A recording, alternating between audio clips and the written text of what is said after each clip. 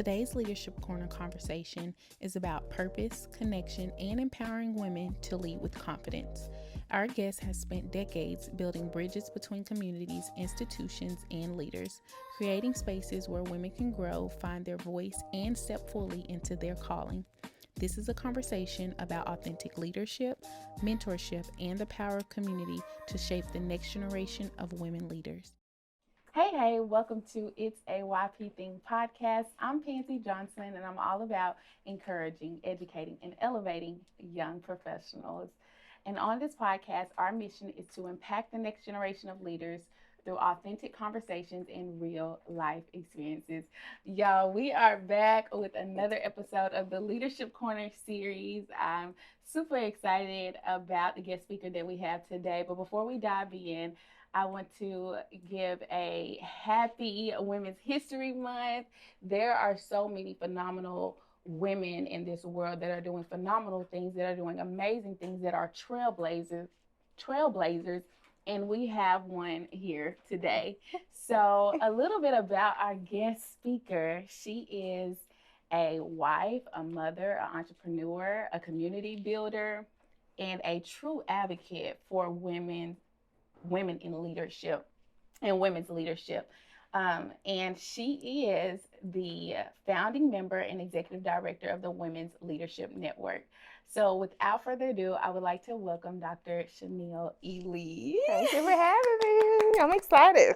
I'm so excited to have you here. But I want to take a moment to give you your flowers. Like, you're doing amazing things here in Central Arkansas. Yeah. You've done so much over the course of your career, and you're just an amazing woman. And so I just want to say thank you from one woman to another, especially being a representation of the upcoming generation. Like, I inspire to be a woman like you that is driven, that is authentic, that is standing for something. And you're not just, talking it, you're walking it. You're really living out your purpose. And that's what we all are striving to do on a daily basis, is live in our purpose and live in our calling. And so you're doing that. Thank you. Thanks. So I want to jump into the conversation. I want to start from the beginning. Okay. And tell us a little bit about where you're originally from, and also, as you think about your early life and like your early career years, was there any point in time that you can remember that really shaped who you are today in leadership? All right, so I'm from Conway, Arkansas. Grew up there and thought I'm never going to live in Conway. I'm not going to UCA, like all the nevers, right? Because you grew up there and it's like, I want to go away and all the things. So I went to U of A and loved it, loved my time at U of A. Went on to Kansas City, worked for a couple of years, and decided to come home. I have a huge family. My mom was one of 12, and so I have lots of aunts and uncles and cousins, and I thought, I'll come back, I'll get my master's, I'll stay with my granny for a year, and then I'll go back to Kansas City, to the big city. And I like to say I started dating a guy, and the rest is history. Oh, so I love lived in Conway, found a job at UCA. I was getting my master's there, and I had a GA position. And when I finished, couldn't find a job, and thank God for, people in my path, a lot of mentors, and got a job at UCA, fell in love with UCA, fell in love with higher ed. Never thought I'd be in higher ed. All my background is business, and thought I'd be in corporate somewhere in HR maybe, and fell in love with higher ed, got my doctorate in higher ed at UALR, and worked at UCA, the place I said I was never going to go. Worked at UCA for 20 years. Loved it. Love higher ed. Yeah. Oh my gosh. So we're going to take a deep dive into higher ed. But you spoke first. I want to say on my dad's side, actually, my grandmother is one of 19. So I have a huge family. So I understand what you say. Like, family is important. Yeah, absolutely. And having that support system, it does matter. I think about that even now, like with my support system and where I am. And I always was like, I'm going to move. I'm going to move out of Arkansas. But I'm so grateful for my sports team, so I Yeah. understand that. But you talked about mentorship. Mhm. You talked about mentorship and just having a mentor and how that can really Mhm. impact your life. I know I Mhm. love my mentors. I have several mentors. Yeah. Can we? I want you to dive into that a little bit about like how did you have any mentors that you can think of that might have really started to instill in you that at that time early on in your career, that leadership aspect? Yeah, I had really strong women leaders who Mm-hmm. were mentors. Mm-hmm. And it's really, I know we'll get to that, but has shaped who I am and why I want to give back to women so much when I think Right. about it. So Dr. Elaine McNeese was a mentor. She was actually my boss Mm-hmm. in the graduate school. And that's how I got to UCA in a full-time position because, she mentored me. It was like, hey, we got a position here. If you want to do Mm-hmm. this until you figure out. And Right. again, fell in love with higher ed. But yeah, mentorship is so important to me. Had Mm-hmm. really strong women leaders at UCA. And then the dean who I worked for, Kim Bradford, for many, many years. Shelley Mail, who is also a co-founder of the network. Mm-hmm. And so just strong women leaders. And so I try to be that for other women. I love that. I love that so much. I think about my mentors and how much they've poured into me. Mm-hmm. Sometimes you don't know how impactful it can be in Mm-hmm. Mm-hmm. the words that in the advice that people and other women give each other. And so I think it's so important, and kind of this is just coming to me now, like to my Mm-hmm. mind, of like how important it is to up women to for women to uplift And other women. women. That's right. That's right. It is so important because it's already hard enough. Yeah. Yeah. It's already hard Yeah. enough to hear you say, "Hey, I had women, Mm-hmm. other women that were mentors that Mm-hmm. poured into me." That matters. Yeah, That and not just matters. poured into me, but like use their connections, their relationships to connect me.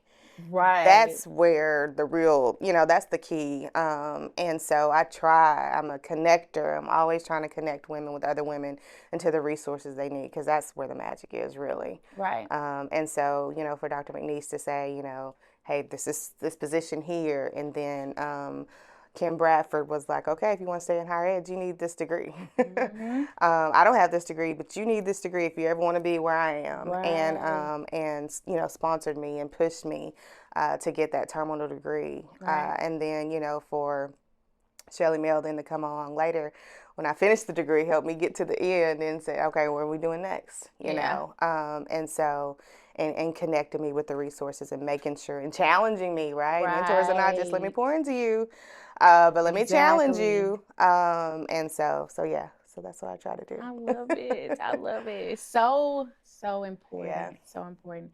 So I want to shift over to you touched a little bit about higher education, and that's where Mhm. you started Mhm. your career at, and you Mhm. didn't just start it there. You had over 2 decades Yeah. in higher education. So Yeah. to me, what that reads is you enjoyed it. Yeah. You liked what you were doing. No one Absolutely. stays Yeah. No. in Absolutely. higher education without Yeah. actually enjoying it. So, 2 decades working in higher education, and the most recent role that you served in was the associate vice president in the Mhm. division of outreach and community engagement at the At UCA. University of Mhm. Central Arkansas, UCA. So, what were some of the most important lessons that you learned at that time about leadership and service? hmm So, outreach, our division was the connector to the community. So we connect the campus to the community. That was like our whole mission. Mm-hmm. And so we do that in a variety of ways, whether it was, having professors go into community and have service learning, or if it was, we had at that time, a lot of community education classes, teaching folks how to anything from cake decorating to photography to all these leisure skills that Right. could become entrepreneurial skills, Right. and so that was our whole role, to connect campus with the community. And so with that, I was just fortunate that a lot of my job was service. Mm-hmm. It was workforce Yeah. education. How do I get these teachers to be able to get this education so they can get paid more on the teacher scale, you know. And so a lot of that was service in a sense. And so I was blessed, like, man, I can't believe I get paid to do some of these amazing things. And I loved outreach. And so I started as a coordinator there, you know, and then worked my way up to a director, and then, you know, assistant director, and then, you know, all the things, and then leading our division, which was, that's my heart. I still love outreach. And so left, you know, being a leader in that division, and having, you know, coming from the ground up and becoming a manager and a leader to your coworkers is a whole nother challenge, but also a reward, you know, for them to trust you. And so yeah, so I loved higher ed, and I loved getting to pour into students. At that time, honestly, I didn't have direct access to students. It was kind of indirectly ways that I service students, and now I get to teach students. So I'm still there, still love UCA. Now I'm getting to teach freshmen, and I pour into them, and I'm loving it. I love that. I can tell you love it. Yeah. I can tell you love it. Yeah. And you talked a little bit about starting there, right? Starting in an entry role and working your way up. I'm sure there were challenges throughout that. Can you think of, I guess, any time where you did have to overcome a challenge, and what would be like advice you would give to a woman that, especially the upcoming generation, which will, you know, we're targeting, that is working their way up and that does strive for leadership and may come across some challenges, you know, in their career? What advice would you give to them? What comes to mind is relationships are so important. When you think about the challenges of career, a lot of times the people are the most rewarding, but sometimes the people can be the most challenging, right? And so those relationships are so important. I think about in higher ed, one of the biggest challenges I had was when we were starting concurrent enrollment, and the president at the time was, you know, we're just the messengers, right? You know, sometimes you're just the messenger. You're doing what the president has asked you to do, and it was a mess. You know, the faculty didn't want it, and we were coming in saying, this is what we're going to do. The president wants this, and it was this chaos. And what I found is that you've got to build relationships and build the trust of other folks to be able to work with them. And I think that's something that I pride myself on at the university for 20 years, you know, is building those relationships. So so that you can do the work that is so meaningful. But you got to get the backing of folks first. You can't be, you know, just top-down leadership does not work well. You've got to get the buy-in of your people to do the work to do it well. And so I think that's one of the biggest challenges I had in the hurdle. And I think back to, could we have done it differently? It would have been to pause, because everything is urgent, right? To pause, to do it right, to get the buy-in of all of the folks involved, all of the stakeholders, to make the project work well. Right. Because you want people to enjoy coming to work. And yes, we all have our challenges, we have our moments, and that they're gonna come. But like you said, those relationships. It's so vital. I think about networking.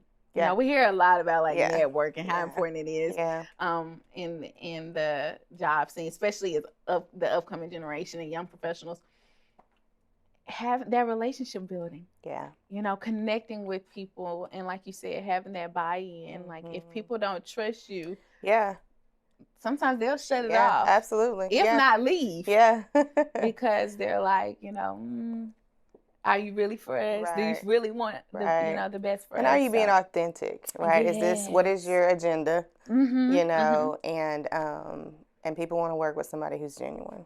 So, and authentic and real, and you know, come to the table. I remember lots of leadership conversations when I was the leader at Outreach saying, I don't know the answers, y'all. Especially COVID happened.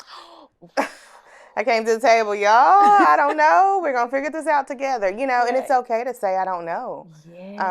and being vulnerable. I think great leaders are vulnerable, which is the hardest part Mm-hmm. of leadership is being vulnerable and telling your team, I don't know. We're gonna figure this out together. Right. And I think that's where you build that trust, though. You Yes. know. So yeah. Vulnerable, authentic. What are we doing? Having an authentic Yeah. conversation. That authenticity, it's important. Yeah. Sometimes, like you said, you just listen. I don't have the answer I don't know. today. I don't know, and I think sometimes we're afraid of that. Yeah, You we're know, we're afraid. We afraid want to of. figure like we got it all We got it all together, together, and you can trust me, and I'm suited and booted, and and I I. got it figured out. And no, that is not real life a lot of times. Exactly. So So good. So yeah. good. Okay, so you had a successful career in higher Mhm. education, did outstanding, but there was Yeah. a turning point, which we've talked about, but there Yeah. was a turning point, and that's what led up to the Women's Leadership Network. Yeah. So let's transition over to that. What, first off, for the listeners and viewers that Mhm. might be tuning in that are not aware and that may not be from Central Arkansas and aren't aware of the Women's Leadership Network, talk about that. Let's start there first. A little bit about the Women's Leadership Network. Okay. So, as I told you in my division, we connect the campus with the community. And so, Mm-hmm. my boss at the time, Shaneil Ealy, she's a city councilwoman in Conway Mm-hmm. and a great leader, had been at the university several years, and networks all over, Faulkner County. And she had gone to a lunch across campus with college business females. And Mm-hmm. so, they had her as a host at one of their luncheons. Mm-hmm. And they had, women leaders from all over the community to serve as hosts for these tables for the women in college business. Mm-hmm. And she came back with this book, Lean In by Sheryl Sandberg, which is old now, and said, I had this great time, Mm-hmm. conversations with these students. Where do women go in our community to do this? And she said, we need to read this book. And so I read the book. I think it was spring break. And I listened to the book on Audible and came back like fired up, like, oh my gosh, yes, let's do something. Where do women go? So we did a little research to see were there any networks in our community where women gather to empower one another, to, share resources, Right. inspire one another. And there wasn't. So we formed a committee across campus of other women leaders who we thought would want to be involved in Mm-hmm. this network, and we formed it, just grassroots up. Started having just different events on campus for women, and at first a lot of people thought it's just for higher ed. It's just an academic thing. It's just for Mm-hmm. higher ed because it was a university program, and so. It became bigger. So this was 2017. We launched, and the community just grabbed a hold of it, loved it, and we just really blew up. And Wow. so it was a program in my division that started as a program in my division at the university. Yeah. Wow.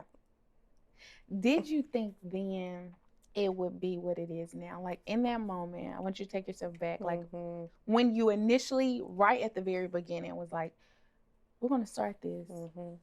What was going through your mind at that time? So I love program development. Mm-hmm. I developed so many things, from Arkansas, helping with Arkansas Coding Academy and helping with lots of just, professional development programs. Right. And so it was like a program, Mm-hmm. but it meant so much more to me than a Right. program. I had no idea. I'm not going to sit here and say I saw the vision that we would be where we are today. Like, it still blows my mind. Yes. Still just so grateful. But what I found was it was my favorite thing to do. So On the good. weekends and at night, I was working on Women's Leadership Network. Now, mind you, I had a whole job and a lot of responsibilities of a lot of other things, but it became my favorite thing to do, where I found myself at night and weekends just pouring into it. So good. So Yeah. good. You said something there. You said you found yourself pouring into it while you were working a full-time Yeah. job, also building Yes. a nonprofit from ground up. Mm-hmm. What was the moment where you were like, this work that I'm doing obviously had already started? Because once you're that invested, Yeah. what was that moment where you were like, this work that I'm doing is also my purpose? Yeah. Um, I don't know when that just happened, was like, this is my purpose, but it was the impact that we would see. You know, early on, one of the stories was, it might have been a Seasons of Life workshop that we had, and we had women from all different seasons of life, and you know, if you were a caregiver, if you were you know, a young entrepreneur or a young professional, and we talked about, you know, these different seasons of life. And then we had this young student that came, and she stood and said, I'm a single mother and I'm a student, and it's so hard. And she's just sharing tears in a room full of 100 women saying, how do y'all do it? How have y'all made it? You know, and I get chills now. And the women in the room just swarmed her with love and attention and resources from that day. And I wish I could find her. Like, I wish I knew where she was now to follow up with her. But it was like that kind of impact was like, this is what I want to be a part of, right? Right. This is meaningful. And it was probably years later, after becoming a nonprofit, that I realized, like, this is really my purpose. Right. Switching to, what if this is all I could do? Oh my gosh, what if this was all I could do? If I got to do this every day. And so we became a nonprofit about 4 years ago. Had conversations with the provost and our network, our board. It was just like this organic conversation of, what if we stood alone, you know, still with the university's backing, but what if we could stand alone? We would have access to bigger grants, larger grants, larger opportunities for sponsorships. Right. But it was scary. Like, we're gonna disconnect from the big university who has, you know, helped us build this great foundation. It was really scary, and we did it, and we just have excelled. And I'm so grateful to the university for our backing, our foundation. President Davis said, as long as I'm here, Shaneil, you're always going to have the support of the university. So I know we are blessed in that sense. A lot of nonprofits don't start that way. Right. And so we're fortunate to have already had to build this foundation and to build what we were before we launched as a separate entity. So good. You dropped some amazing gems and just taking us along that journey. Yeah. Because it's been a journey. It didn't happen overnight. Oh, and that's what this Leadership Corner is all about too. Like, taking us on this journey, telling us about where it started and how you got to here. And I love to hear that support that you all have. Like you said, everyone doesn't have that. Yeah, we're fortunate. So what advice would you give to a woman that's in honor of Women's History Month? Shout out to the men too, but specifically for the shout out to the men that support us. That support us. Because I would not be sitting here without the support of my husband. Just say that now. Shout out to that. Shout out. For someone who may be listening, they may be thinking about starting their own nonprofit or even starting their own business and just stepping away from like you stepped away, you know, away from a 20-year or so career. So what advice would you give them about taking that leap? You know, I'll share my journey. So how did it start? So I had a mentor, a life coach, who just became a dear friend when I took the leap to even take the job at UCA to be associate vice president. I was scared, very scared. Like, who am I to think I could fill Shelly Mell's shoes, right? She has all these relationships in our community. I'm not a Shelly Mell. I don't look like Shelly Mell. I'm not the color of Shelly Mell. Let's just be honest.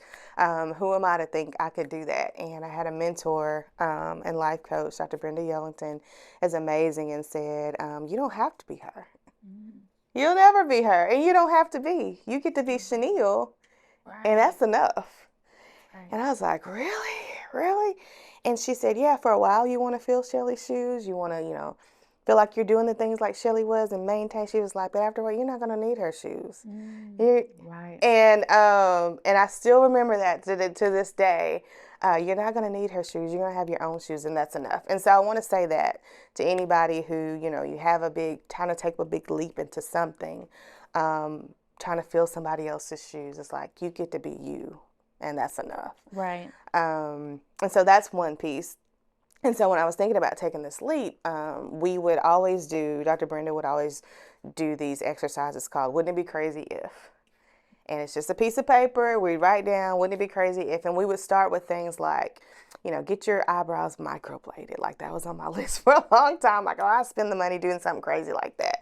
Or get a massage, or, take a morning off. Like, it didn't have to be monetary things, just wouldn't it be crazy if I took this day off and did nothing? Or, just these small things. And so on the list, it starts with like maybe superficial kind of things. And then the more you do it, you get a little deeper into your heart about the things that are really the whispers that you're too afraid to say out loud or even write down of what you really want. I've done this in different rooms and different workshops with folks, and people want to write a book. Wow. Or, start their own business, or all these things. Get a divorce. I'm just being honest. I've heard it all. And you get to the root of the whispers in your heart. And so mine was leave UCA. It was like, oh, wouldn't it be crazy if I left UCA? And it was like this whisper I wouldn't even articulate, because it's like, what if I left UCA? Right. Who am I? What would I do? I built this career. That's my identity. I'm Dr. Shaneil Ealy, Associate Vice President at the University of Central Arkansas. Like, could say it in my sleep of who I was. That was my identity. So who was I going to be if I left that? Stability. That comfort. Right. That comfort. Who do I think I was going to be if I wasn't that person in that identity? And so that's how it started. And so we would do those exercises. And later, as the years, it was like, what if I left the UCA and got to do Women's Leadership Network? That's what it became, this dream, this whisper. And so what happened was, I got a team around me. I would talk to my husband about it, and I knew, financially what I needed to do, and all of these things, and you get that board of directors, as people call it, these people in your corner. I had a CPA, I had a life coach, I had a prayer partner, I had my mentors, all, talking about how I was going to make this leap, Right. And it was a 2-year journey. It wasn't like, oh, I decided this one day, and in 2 months I went, and that ain't my story, right? That's not my story. It was a prayerful journey, and one that when I realized, like, I knew there was no doubt in my heart, God was telling me to do this for these women. He was calling me to be a partner, and I have to remind myself, I'm a partner in His work. Right. This is His work. These are His women that we get to pour into, and I'm just a partner in this. And the moment I knew that, deep down in my heart, it was like, okay, we're doing this. We're doing this, and I took the leap. Wow. Do you have any regret? Or would you have done anything differently? No, Yes. no. I really don't. Like, I wake up going, gosh, I get to do this again today. Right. Now, monetarily, you're like, did I really just leave a really good salary and all those things? But God has provided, always has, always will. And anytime I get like that nudge of, oh, maybe I should have, He will send a reminder. I get a God wink is what I call it. I will get a text from an academy graduate saying, you don't know what you guys have poured into me. Right. I would not be going after a Senate seat and, running for office again had it not been for the Women's Leadership Academy. So you get these nudges and these winks, or get a call to come and present in San Diego at an international conference about what we're doing. So anytime I get a little doubt, He will send that reminder of, nope, you're right where I need you to be, and this is the work that you get to do alongside me. So I love it. Yeah. Even yesterday, we had International Women's Day brunch and a Level Up conference that afternoon, and packed out a house, sold out a house full of 170 women in a room. And we talked about fearless and flourishing. And at these events, our academy folks come and they volunteer. They just want to give back. And I had some of those there, and they just stop and say, Shaneil, you don't understand what you guys are doing. It's different. Right. This is different. It's just what I needed. Or they're crying, saying this one girl in our academy now said, WLA, let me know it's okay to put myself first, and it's time for me to heal. I mean, you can't pay, for that kind of stuff. And so Right. that's what keeps me going. That's what keeps me fueled, and knowing that I'm in the right direction, on the right path. Absolutely. Yeah. A trailblazer. When you said that earlier, I was like, really? Yes. Me? A trailblazer. You A trailblazer. In my eyes, a trailblazer is someone who goes ahead, Yeah. does the hard things, Yeah. Yeah. steps out on faith, Yeah. sometimes with your eyes closed. And your heart And, pounding. and listen, and maybe scooting back a little bit, Yes. but you still keep going Yeah. in the midst of it all, Yeah. and you walk fully in what you know that you're called to do. And so you're doing that. Just hearing your story, I'm just over here in awe. I'm over here in awe. Yeah. And so I guess a question, you've given so much insight, but what advice would you give to women who are still searching for that clarity in their purpose, in their walk, in their career, in their leadership path? What advice would you give to them to just keep going? Yeah. Well, a lot of times I just think about, women, there were so many big decisions. We feel like we have these big decisions to make, whether it's taking that job or applying for this job and all of these things. And how do we know that we're hearing from God? And how do we know? And someone said it's just simple. Does the answer make you feel good? When you think about whatever A is, does that make your heart leap? Does it make you feel good or not? And it's simple as that. It's just simple as that. We make it so difficult and so hard. And another woman said this years ago at a chamber event. A speaker said, and guess what? I can do something different. If it doesn't work out, I can do something different. But we never see that. We see it as failure. I'll be honest. I see it as failure. Like, oh my God, if this doesn't work out, what are people going to say? What are people going to say? That holds us back so much. What are people going to say? Yes. What am I going to tell people? Right? And but it's like, what if you rise? What if you fly? What if it works out? Even if it works out for a couple of years and I got to do something different, know? And so that's where I landed in, I'm still who I am. I still have degrees. I still have some knowledge. Maybe somebody hire me if this fails, right? But what if I fly? What if we fly? What if WLN flourishes together? And so I think I hope that helps some people. Right. When I think about the next step and the next journey, does it just excite you? Whatever that is. Does it excite you? Or not. Now, sometimes you might have fear. It might be excitement, but, that fear is there to tell you it's something big. If they say if you don't have fear, it ain't big enough. Right. It's not big enough. And I'm a person who grew up with, I saw my mom struggle, single parent, 3 household. Financial stability is my number one thing that I have to have. Like, I grew up saying, I know education is going to get me out. I'm not going to be in poverty. I'm not going to be these things, right? And strive to do that. And so that was my number one fear. Like, oh my gosh, if I lose this, what about that? And God had to tell me, are you relying on me? Are you relying on yourself? Are you relying on your husband? Are you relying on Taft? Just being honest. Are you trusting Taft? Or are you trusting me? And I had to brought back to that a lot of times. Wow. And this is a humbling, this is a very humbling place that I'm in. And I'm just grateful. When I was driving on the way here, Pansy, I was like, God, I just thank you for this opportunity.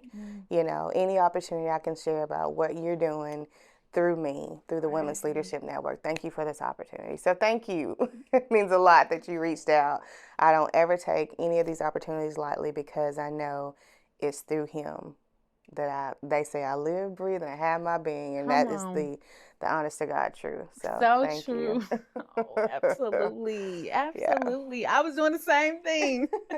I'm like, I'm grateful. I do this Yes. too before every podcast. I'm always like, I'm grateful for Mhm. the opportunity to give you all also the platform Mhm. to share your stories and share your journey. You touched on a couple of things. The first thing I want to talk about is you talked about a lot of times we as women we do have Mhm. that fear and feeling that also I feel like we have to have it perfect. Yep. We gotta have it all Everything got to together. be together. Even applying to jobs, that's been a Yeah. huge conversation. Like compared to men, we Mhm. feel like we have to be the job role. We have to check off Yes. All the boxes. 80% Yes. before Yeah. we will apply. Yeah. Yep. And it's just it's when I think of it, it's just like wow to me and Yeah. why it's so important. I'm happy we're having this conversation of like don't feel like everything has to be perfect. Like I've Mhm. learned as I've grown with Uh-huh. my business and my podcast, like it Yeah. you learn as you go, but like you said, when you're doing something that excites you, Mhm. go Yeah. after it. Yeah. Yeah. Go after it. Because, life is, we say it all the time, life is short. I was thinking about a friend, 48, died of cancer. Her birthday was yesterday, one of my dear high school friends. And thinking about, if I died today, that was another thing that helped me. What regrets would die with me? Like, if I died today, I would regret never betting on myself, never betting that I could do this. And like you say, you can always do something different, but yeah, comfort. A speaker said this yesterday. Comfort keeps us busy.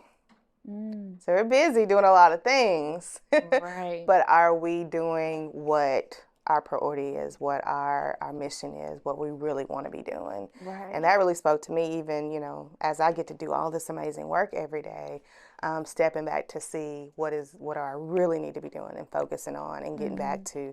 to that because we can busy ourselves and stay in comfort 100%. versus doing the hard things that we Mm-hmm. need to do to get to where we want to be. Yes. And a friend always said it too. It's not hard. It's just new. Mm-hmm. When I took Mm-hmm. the job as AVP, she was like, "It's not gonna be hard, Neil. It's just new." Right. And if we can keep that in our minds, it's not hard. It's just new. It's just something that we gotta learn. Mm-hmm. So yeah.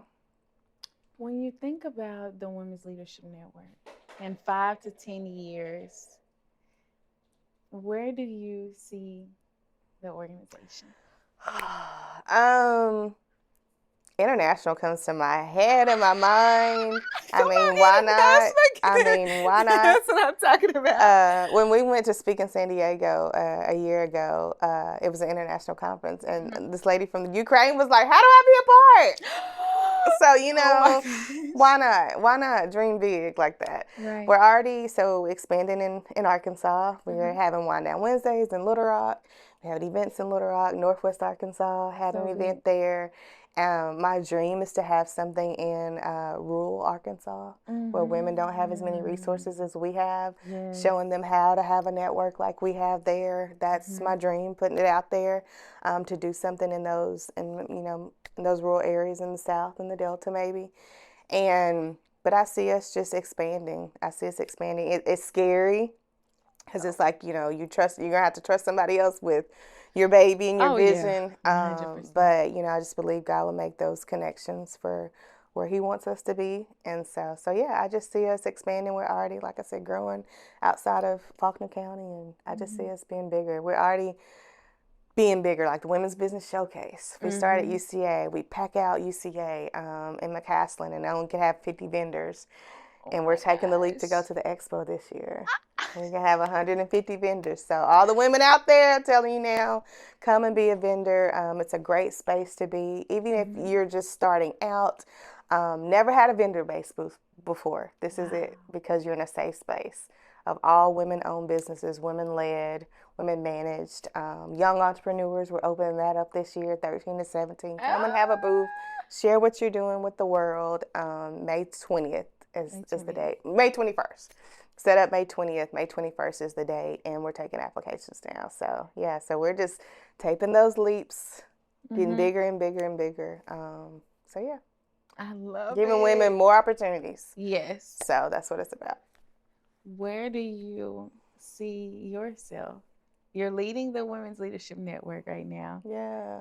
You're definitely, you know, I would say the push behind it. Yeah. Yeah. Where do you see yourself in 5 to 10 years? I don't know. Full time. Let's just say that. Yes. Full time with some staff. Right. Yeah. See us for being full time with some staff. I would love. I'm just throwing this out here. My board I didn't even say this to my board. I would love to see us have a building. Oh, so good. A Women's Leaders Network building. We host all of our things there, but we also give opportunities for other women to host and build as they grow their businesses or whatever it is they're growing and building professional development. So that would be so cool. And support other nonprofits. Right. And so I just want us to be big enough to do things like that. Even give scholarships to women. That's really on my heart. Seed money for women doing, trying to start their businesses and things like that. So I just want us to be a resource. How can we be a greater resource to women? Expansion. I know you asked about me, but it's like expansion. I know it's still the WLE. Yeah. Yes, I love it. Expansion is going to come for sure. 100%.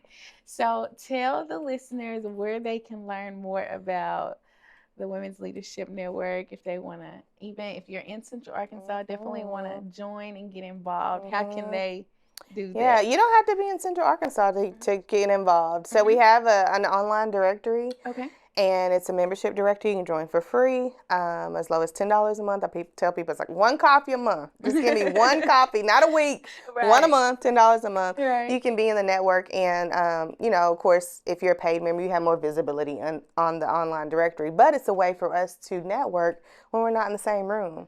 So you put your business out there, what you do and who you are, and when folks are looking for a women-owned business for whatever that thing is, we have this directory. So please don't think you're not in Central Arkansas, you can't be a part. So that's one way. So WLNarkansas.org is our website. All of our events, our directory, everything is there. My number is 501-339-3116 to reach me. And my email is Shaneil@WLNarkansas.org. Of course, you can find all that on our website. Awesome. One last question. If a young woman is listening today and feels unsure about her voice, her path, her leadership, or her place in this world, what would you want her to know about the power that she has and that she already carries? I wish I had known. I wish I had like the confidence I have now in like middle school. I think back about middle school, just knowing like you're enough, just as you are, just who you are. Your body, your hair, your teeth, your mind, all the things are enough, just as you are, without the degree, without the titles, all the things. If we just hold that truth, so it will carry us so much further. And so knowing that you're enough just as you are, that's the foundation of who you are. 2, you have everything inside of you already need. So good. Everything inside of you already need. Sometimes we don't need another degree or another certificate or another whatever. We just got to step out into who we already are and believe that, the steps are going to be laid out. Like you said, you just got to take that first step. I'm going to be honest, when we started the academy, we didn't have it all together. It was like, we're going to leap. We're going to take that first step and put it out there, and we'll figure it out as we go. And here we are about to celebrate 5 years of academy. We have the biggest group this year. Got a grant. Shout out to the Arkansas Black Philanthropy Collaborative for supporting us. Have the largest class. So we're celebrating our 5th cohort this year. But it started with, I don't have 7 months to know what it's going to be yet, but As long as we 1 month ahead of the other, you know what I'm saying? Like you just gotta start, Right. or you will stay stuck. Yes. You will stay stuck. Yes. And so just take that first little step. What is that next little step you can take this week? Don't think about the whole, just what's one step this week. Maybe it's you're scared to be on social media and, take one step, make one post, Right. one engagement. Ask for that meeting for somebody that you admire. Don't be afraid to put yourself out there and ask somebody to be your mentor. If there's somebody out there that you admire, ask them to mentor you. Right. And don't be afraid to tell folks where you struggle. you can't get help. Yes. If, like the old people say, closed mouth don't get Don't get fed. fed. But seriously, if you're not brave enough to just reach out and say, I need help in this area, I want, support in this area, how can folks help you? So you got to be a little vulnerable yourself, So that's why I say you already have what you need. It's already within you. Take the next step. What is just the one step this week? As small as it could be. So good. So good. Wow. Wow. You all have heard here her journey from higher education to nonprofit leadership. You are just phenomenal. Even before that, just a little girl in Conway, Arkansas. Right. Before all that. Like you leaped to higher ed, but yeah, just a little girl in Conway, Arkansas. Right. And I'm just so blessed and honored for, what God is doing. Wow. Oh my God.